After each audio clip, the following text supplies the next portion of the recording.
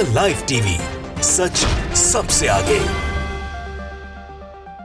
नमस्कार, the live TV आप देख रहे हैं। आपके साथ मैं हूं आदित्य कुमार। आज से 1.5 साल पहले रवीश कुमार ने एक लेख में एक बात कही थी कि अब भारतीय जनता पार्टी या केंद्र में बैठी सरकार अब सिर्फ मंदिरों पर फोकस करेगी। उसके पास जो 1.5 से 2 साल बचा हुआ है, उन समूहों में वो मंदिरों पर फोकस करेगी और मंदिर के आधार पर लोकसभा का चुनाव लड़ा जाएगा। क्या अब वैसा होता ही नजर आ रहा है? क्या रवीश कुमार की वो भविष्यवाणी सच होने वाली है? ये सवाल दरअसल हम इसलिए कर रहे हैं क्योंकि राम मंदिर के बाद अब ज्ञानव्यापी और मथुरा की तैयारी की बात जो कही जा रही है, उससे तो स्पष्ट यही होता है कि भारतीय जनता पार्टी क्या मूड बना रही है। आप जानते हैं कि जब विधानसभा चुनाव उत्तर प्रदेश के हो रहे थे, उस वक्त भी बड़ी बातें कही जा रही थी मंदिर को लेकर।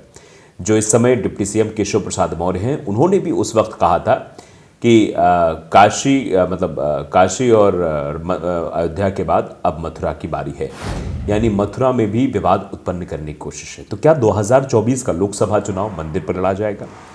क्या मूलभूत जो मुद्दे हैं, जिन मुद्दों पर चुनाव होना चाहिए, जिन मुद्दों पर बातचीत होनी चाहिए, क्या वो मुद्दे भटका दिए जाएंगे? क्या बेरोजगारी या फिर किसानों की समस्याएं, महंगाई, इन सब मुद्दों पर चुनाव नहीं होना है? चुनाव होगा मंदिर और मस्जिद को लेकर? यह अपने आप में बड़ा सवाल है, क्योंकि जिस तरीके से कुछ संगठन हैं जो मंदिरों का नाम ले रहे हैं और मंदिरों के बारे में बात कर रहे हैं, चर्चा कर रहे हैं, वो दरअसल इसी ओर इशारा कर रहे हैं। अब जरा आप देखिए, ये बीबीसी हिंदी ने एक एक्स पर पोस्ट किया है कि ज्ञानव्यापी मस्जिद कहीं और ले जाएं, यहाँ हिंदुओं को पूजा करने दे वीएचपी, यानी विश्व हिंदू परिषद की तरफ से यह कहा गया है कि ज्ञानव्यापी मस्जिद जो है उसे कहीं और ले जाएं, कहीं और ज्ञानव्यापी मस्जिद बनाएं, यहाँ मंदिर था, यहाँ हिंदुओं को पूजा करने दे, इस तरीके की बात हो रही है।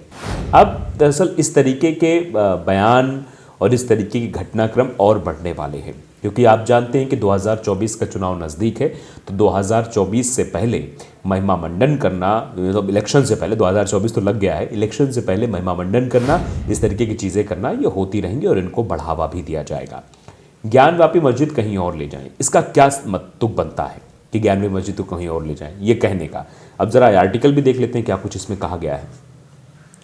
दरअसल पुरातात्विक सर्वेक्षण विभाग यानी कि एएसआई के रिपोर्ट में वाराणसी की ज्ञानव्यापी मस्जिद वाली जगह पर पहले मंदिर होने की बात सामने आने के बाद विश्व हिंदू परिषद ने मस्जिद को किसी और जगह ले जाने की मांग की है। टाइम्स ऑफ इंडिया की खबर के अनुसार वीएचपी अध्यक्ष आलोक कुमार ने एक बयान जारी किया। कहा, हम इंतजामिया कमेटी से आग्रह करते हैं कि ज्ञानव्यापी मस्जिद को सम्मान के साथ किसी उचित जगह ले जाया जाए और काशी विश्वनाथ के मूल स्थान को हिंदू समाज को सौंप दिया जाए। अखबार लिखता है कि इस संगठन की ओर से जारी यह बयान उसके रुख में बदलाव के तौर पर देखा जा रहा है, क्योंकि पहले वो ज्ञानव्यापी परिसर को लेकर इतना आक्रामक नहीं था, अब उसमें आक्रामकता दिखाई दे रही है। आक्रामकता चुनाव नज़दीक होने की वजह से हो सकती है, क्योंकि आप जानते हैं एक मशहूर शायर थे, उनका शेर भी था कि सरहदों पर तनाव है क्या, पता करो देश में चुनाव है क्या। तो तनाव तब उत्पन्न किया जाता है जब चुनाव नज़दीक आता है। चुनाव और तनाव में ज़्यादा अंतर नहीं है, 3 शब्द इसमें भी हैं, 3 शब्द उसमें भी हैं। वापर वो भी खत्म होता है, वापर ये भी खत्म होता है। चुनाव और तनाव, नाव पर वो खत्म हुआ, नाव पर ये खत्म हुआ। सिर्फ चुनाव में चा है, चा में छोटी ऊ की मात्रा है, और तनाव में ता है, यानी चुनाव और तनाव में खास अंतर नहीं। जब तनाव इस तरीके के बढ़ने लगे, यानी ये तनाव को आगे बढ़ाया जाए, मंदिर मस्जिद कराने की कोशिश की जाए, तो आप समझ लीजिए कि चुनाव के लिए सब कुछ किया जा रहा है। आलोक कुमार ने उपासना स्थल अधिनियम विशेष प्रावधान 1991 का हवाला देते हुए कहा कि एएसआई ने पुष्टि की है कि इस जगह पर मंदिर था। दरअसल आलोक कुमार ने जो वर्शिप प्लेस एक्ट है 1991, उसका जिक्र करते हुए बातें कही हैं। उन्होंने कहा कि इससे विश्व हिंदू परिषद की मांग को मजबूती मिलती है कि यहाँ हिंदू समाज को तथाकथित वजू खाना में पाए गए शिवलिंग की सेवा पूजा का अवसर दिया जाए। वीएचपी अध्यक्ष ने आगे भी कहा कि वजू खाने में मौजूद शिवलिंग से इस बात का कोई शक नहीं रह गया कि यह मस्जिद का ढांचा है। परिसर में जनार्दन, रुद्र और उमेश्वर जैसे नामों को पाया जाना इसके मंदिर होने का स्पष्ट सबूत है। आलोक कुमार ने कहा कि एएसआई ने जो सबूत जुटाकर निष्कर्ष निकाले हैं, उनसे साबित होता है कि 15 अगस्त 1947 में ये उपासना स्थल एक मंदिर था और आज भी है। उन्होंने कहा कि इस कानून की धारा 4 के तहत इसे हिंदू मंदिर घोषित कर दिया जाना चाहिए।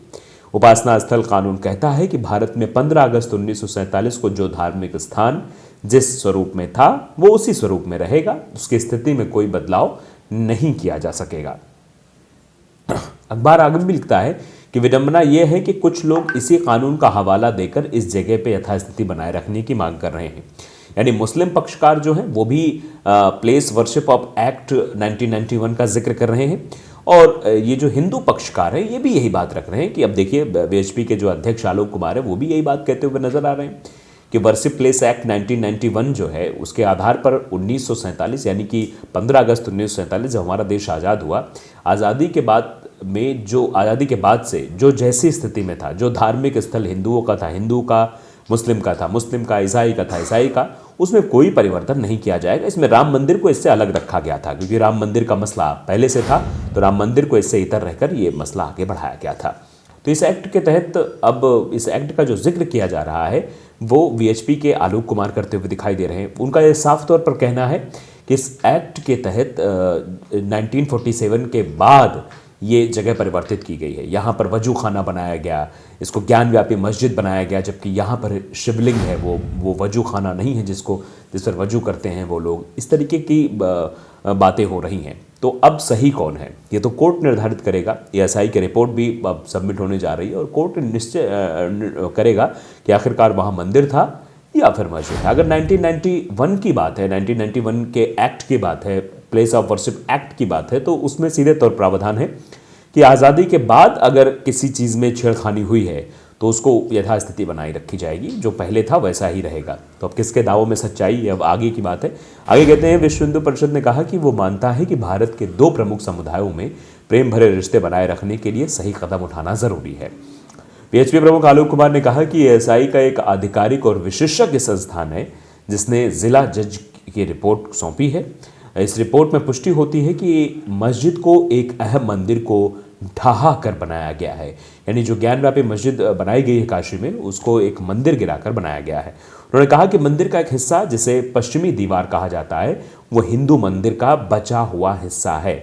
अब तस्वीर में भी देख सकते हैं कुछ पीछे साइड में कुछ हिस्सा है जिसको कहा जा रहा है कि मंदिर का हिस्सा है। अब तक विश्व हिंदू परिषद की ओर से इस मामले में आधिकारिक तौर पर बोलने से बिल्कुल परहेज किया जाता रहा है। अखबार के अनुसार अनौपचारिक तौर पर संगठन का पहले ये कहना था कि मुस्लिम समुदाय एएसआई की रिपोर्ट से ये मान लेगा कि इसे हिंदुओं को सौंप देना चाहिए। अपनी रिपोर्ट में एएसआई ने निष्कर्ष निकाला है कि यहाँ वर्तमान ढांचे से एक हिंदू मंदिर था। इस रिपोर्ट को पिछले महीने सीलबंद लिफाफे में वाराणसी कोर्ट को सौंपा गया था। इसकी प्रतियां बीते गुरुवार को मुकदमे के हिंदू और मुस्लिम पक्षकारों को दी गई थी। तो इस कॉपी के बाहर आने के बाद ये सबको स्पष्ट रूप से मालूम हो गया कि यहाँ पर मंदिर था। लेकिन ये समस्याएं अभी क्यों उत्पन्न हो रही हैं? क्या पूरे देश में मंदिर और मस्जिद के नाम पर चुनाव होना है? क्या दो धर्मों के बीच एक बहुत बड़ी दीवार खड़ा करके लोकसभा चुनाव होना है? इसका मकसद आखिरकार क्या है? क्या देश में समरसता खत्म करना? क्या देश में एक विवाद उत्पन्न करना? गंगा जमुनी तहजीब को जूते के तल्ले के नीचे रौंद देना? ये सब चीज़ें, ये सवाल हैं जो सवाल अब पूछे जा रहे हैं और इन सवालों का जवाब भी ढूंढने की कोशिश हो रही है। तो लाइव टीवी को अगर आपने सब्सक्राइब नहीं किया जरूर करिए, बेल आइकन दबाइए ताकि सच खबर आप तक पहुंचती रहे। नमस्कार। द लाइव टीवी, सच सबसे आगे।